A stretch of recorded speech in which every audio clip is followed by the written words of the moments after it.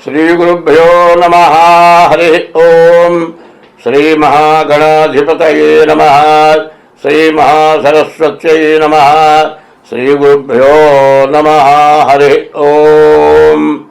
यक्कर्ता जगतां भक्ता संहर्ता महसां निधिः प्रणमामि तमादित्यं बहिरन्तस्तमोपहम्। यक्कर्త ఎవరు కర్త? అందరినీ రక్షించే కర్త. జగతాం భర్త, జగత్తు మొత్తాన్ని పోషించేవాడు ఎవరు? యక్కర్త జగతాం భర్త. సంహర్త, అందరినీ రక్షించేవాడు ఎవరు? సంహర్త. మహాసాం నిధి, ప్రపంచంలో ఉన్నటువంటి 84 లక్షల జీవరాశుల్ని పోషించేవాడు ఒకడున్నాడు. యక్కర్త జగతాం భర్త సంహర్త మహాసాం నిధి ప్రణమామి తమాదిత్యం బహిరంతస్తమోపహం. అందరికీ ఎప్పుడు ఒక చోటనకుండా ప్రపంచం మొత్తం కనబడేటువంటి సూర్య భగవానుడు. ఆయన వల్ల మనం అందరం బతుకుతున్నాం.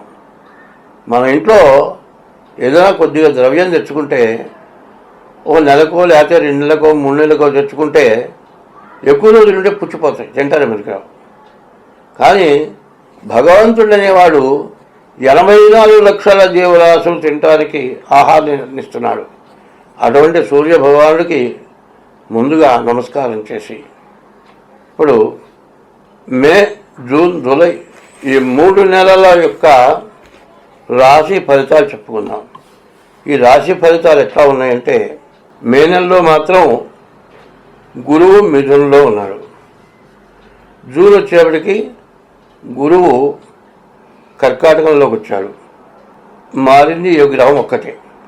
తర్వాత కుజుడు మే నెలలో మీనంలో ఉన్నాడు కుజుడు. జూన్ నెల వచ్చేప్పటికల్లా కుజుడు మేషంలోకి వచ్చాడు.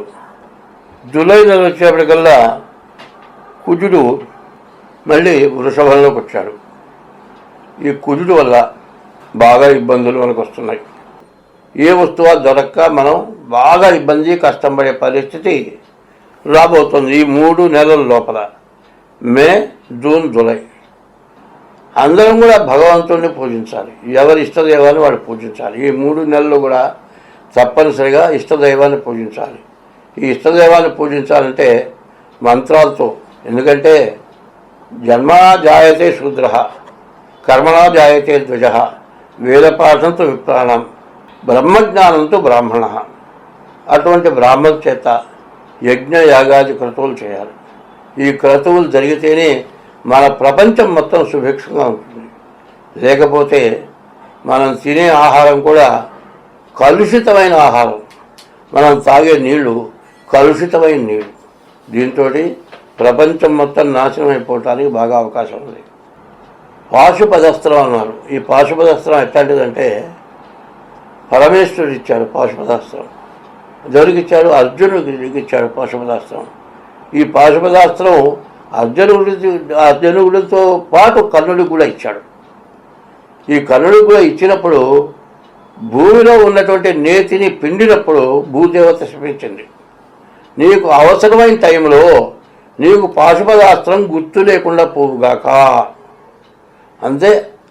భూదేవత నెయ్యి తాగాలనుకుంది, ఆ నెయ్యి పారబోసుకున్నాడు. ఆ నెయ్యి పోవటం చేత ఆ భూమిలో చక్రాలు కూరుకుపోవటం ఒకటి, పాశుపదాస్త్రం గుర్తు లేకుండా పోవటం ఒకటి చేశాడు కర్ణుడు. అందువల్ల పాశుపదాస్త్రం వచ్చి కూడా ఏం చేయలేకపోయినాడు. అర్జునుడు పాశుపదాస్త్రంతో మరి దుర్మార్గులైన దుర్యోధనాది 9 తమ్ములు, తర్వాత ధృతరాష్ట్రుడు, కళ్ళు లేనటువంటి దుర్మార్గుడైన ధృతరాష్ట్రుడిని గెలవగలిగాడు. కాబట్టి మనం ఇప్పుడు వస్తున్నది ఏంటంటే, దుర్యోధనాది దుర్మార్గులు, ధర్మరాజు లాంటి మంచివాళ్ళు బతకటానికి మార్గం లేకుండా పోయింది. కాబట్టి ఇప్పుడు యజ్ఞయాగాది క్రతువులు తప్పనిసరిగా జరగాలి. ఇది మాత్రం గట్టిగా గుర్తుపెట్టుకోవాలి. పరాభవనామ సంవత్సరం. ఈ పరాభవనామ సంవత్సరం ఎట్లా ఉంది అంటే, 2026 సంవత్సరం మే నెల, 2026 మే నెల మీనరాశి చెప్పుకున్నాం. ఈ మీనరాశికి వచ్చేప్పటికల్లా రవి, శుక్రుడు, కేతువు ఈ గ్రహాలు బాగున్నాయి. ఈ మీనరాశికి ఏలినాటి శని జరుగుతుంది. ఏలినాటి శని రెండో భాగం సంవత్సరం గడిచిపోయింది. మొదటి భాగం 2 సంవత్సరాలన్నర, మొత్తం 3 సంవత్సరాలన్నర అయిపోయింది. 3 సంవత్సరాలన్నర అయిపోతే ఇంకా 3 సంవత్సరాలన్నర, మరి 4 సంవత్సరాలు ఉంది. 4 3 7 సంవత్సరాలన్నర, 3 సంవత్సరాలన్నర అయిపోయింది. ఇంకా 4 సంవత్సరాలు ఏలినాటి శని ఉంది. ఈ జన్మల్లో ఉన్నటువంటి శని వల్ల చాలా బాధలు, చాలా నష్టాలు, భరాయించుకోలేని పరిస్థితులు ఉంటాయి.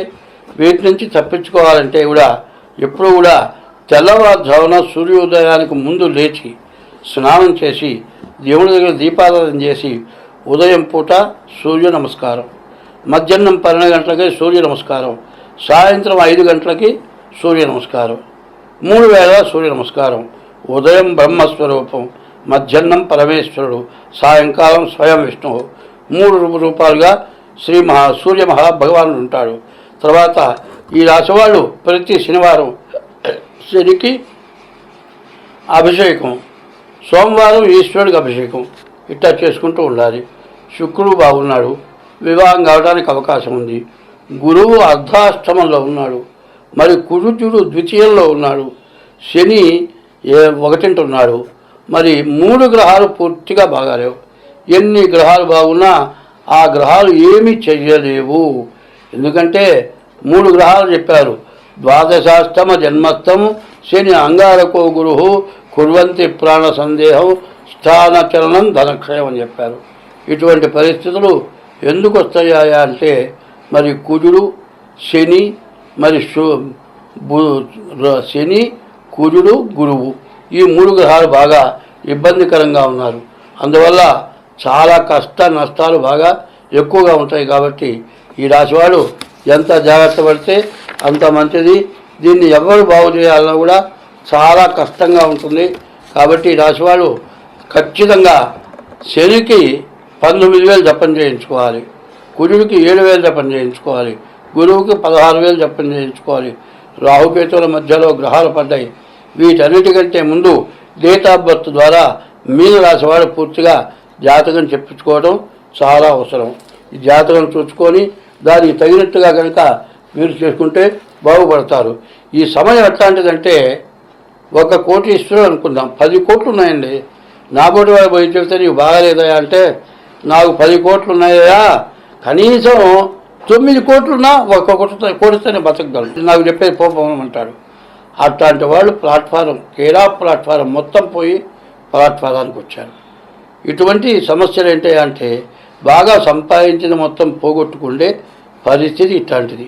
మరి ఈ మే నెలలో ఈ రాశి వాళ్ళు చాలా జాగ్రత్తగా డేట్ ఆఫ్ బర్త్ ద్వారా జాతకం చూపించుకోవటం, ప్రతిరోజు కూడా శివాలయానికి వెళ్ళి శివుడికి ప్రదక్షిణం, నవగ్రహాల ప్రదక్షిణం, నవగ్రహాల గుళ్ళో నుంచి బయటకు వచ్చిన తర్వాత కాళ్ళు కడుక్కోవడం తప్పు, కాళ్ళు కడుక్కోకుండా ఉండండి.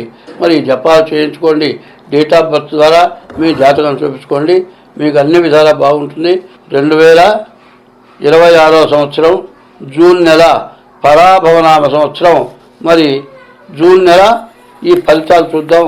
ఈ మీన రాశి వాళ్ళకి జూన్ నెల ఫలితాలు ఎట్లా ఉన్నాయి? ఈ జూన్ నెల వచ్చేప్పటికల్లా కుజుడు, గురువు, శుక్రుడు ఈ 3 గ్రహాలు బాగున్నాయి. కానీ ఈ వేళకి శని మాత్రం పూర్తిగా బాగలేడు. మిగతా గ్రహాలు బాగున్నాయి. మీన రాశి వాళ్ళకి శని వల్ల బాగా ఇబ్బంది. శనికి 19,000 జపం చేయించుకోక తప్పదు. అట్లాగే మరి మీ డేట్ ఆఫ్ బర్త్ ద్వారా ఈ మీన రాశి వాళ్ళు మరి జూన్ నెలలో కూడా డేట్ ఆఫ్ బర్త్ ద్వారా జాతకం చూపించుకోవడం చాలా అవసరం. కొత్త సంవత్సరంలో రకరకాలైన సమస్యలు వచ్చే పరిస్థితులు ఉన్నాయి. కాబట్టి ముందుగా డేట్ ఆఫ్ బర్త్ ద్వారా జాతకం చూపించుకుంటే చాలా మంచిది.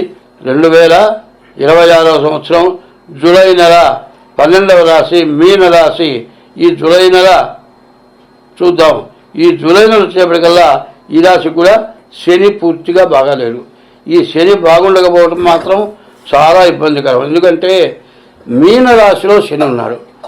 మీన రాశిలో శని ఉంటే జన్మ శని అంటాడు. ఒక్కోడు ఏం చేస్తాడంటే మనం ఏదైనా ఉంటే ఇగో నాకు చాలా ఇబ్బందిగా ఉందయ్యా, నువ్వు తప్పింది ఇచ్చేవాళ్ళు లేరు, ఇంతకుముందు 4 సార్లు ఎగ్గొట్టాడు, 5వ సారి వచ్చాడు, నువ్వు ఇస్తేనే నేను బతుకుతా, లేకపోతే నా ఏదో వేసుకొని చస్తానంటాడు. ఈ విధంగా ఎమ్మడబడతాడు. వాడిని ఏమంటారు, అరే జన్మశనిలాగా పెట్టావేందిరా అంటారు. వదలడు వాడు, నీ దగ్గర గొరిగిపోతాడు వాడు మళ్ళీ ఇవ్వడు. ఇట్లాంటి పరిస్థితులు ఖచ్చితంగా వస్తాయి. ఎవరిని నమ్మొద్దు. మరి ఏదైనా సరే ఇప్పుడు ఈ మీన రాశి వాళ్ళు మే నెల కానీ జూన్ నెల కానీ జూలై నెలలో కానీ ఏ చీట్లు పాల్గొనేదానికి హామీ ఉండదు. బ్యాంకీ లోన్లకి హామీ సంతకాలు పెట్టద్దు. మరి రిజిస్ట్రేషన్లకి ఇళ్ల రిజిస్ట్రేషన్లు డబల్ రిజిస్ట్రేషన్లు వస్తాయి. అటువంటి వాటి ఏదైనా సంతకాలు పెట్టారనుకో, మీ ఆస్తులు మొత్తం అమ్మినా కూడా తీరక చివరికి జైలు పాలు కావాలి. ఇట్లాంటి పరిస్థితులు వస్తాయి. కాబట్టి మీ చేతులారా చేసుకున్న దానివల్లే విపరీతమైన ఇబ్బందులు వస్తాయి. నాకెళ్ళి నేను బాగా ఉన్నానులే అనుకొని ఏమి లేదండి, ఒక స్నేహితుడే అవుతాడు. ఎప్పుడూ చేబదులు ఇచ్చి తీసుకుంటూ ఉంటాం. లక్షలు కూడా ఇచ్చి తీసుకున్న రోజులు ఉన్నాయి. చివరికి వచ్చేప్పుడు 1,00,000 తీసుకుంటాడు. నువ్వు ఎప్పుడు ఇచ్చావంటాడు ఒకటే మాట. ఏమైనా నేను ఇచ్చాను ఇవ్వలేదు అని పక్కవాడికి చెబితే, ఏమైనా ఇచ్చినట్టు సాక్ష్యం ఏంటో చెప్పు, నోటు ఉందా, చెక్ ఉందా, ఏమీ లేదు, ఎన్ని అబద్ధాలు చెబుతా ఉంటాడు. నిజంగా నోటి మాటతో డబ్బులు ఇచ్చి నువ్వు డబ్బులు ఇవ్వకుండా అబద్ధం వాడిని వాడు అవుతావు. ఇటువంటి పరిస్థితులు చాలా వస్తూ ఉంటాయి. ఇట్లాంటి సమస్యల వల్ల చాలా ఇబ్బందులు పడే లక్షణాలు ఉన్నాయి. కాబట్టి మే నెల, జూన్ నెల, జూలై నెల మీన రాశి వాళ్ళు చాలా కష్టాలు ఉన్నాయి. కాబట్టి తప్పనిసరిగా మీ డేట్ ఆఫ్ బర్త్ ద్వారా మీ జాతకం చూపించుకోండి. మీకు అన్ని విధాలా బాగుంటుంది. స్వస్తి.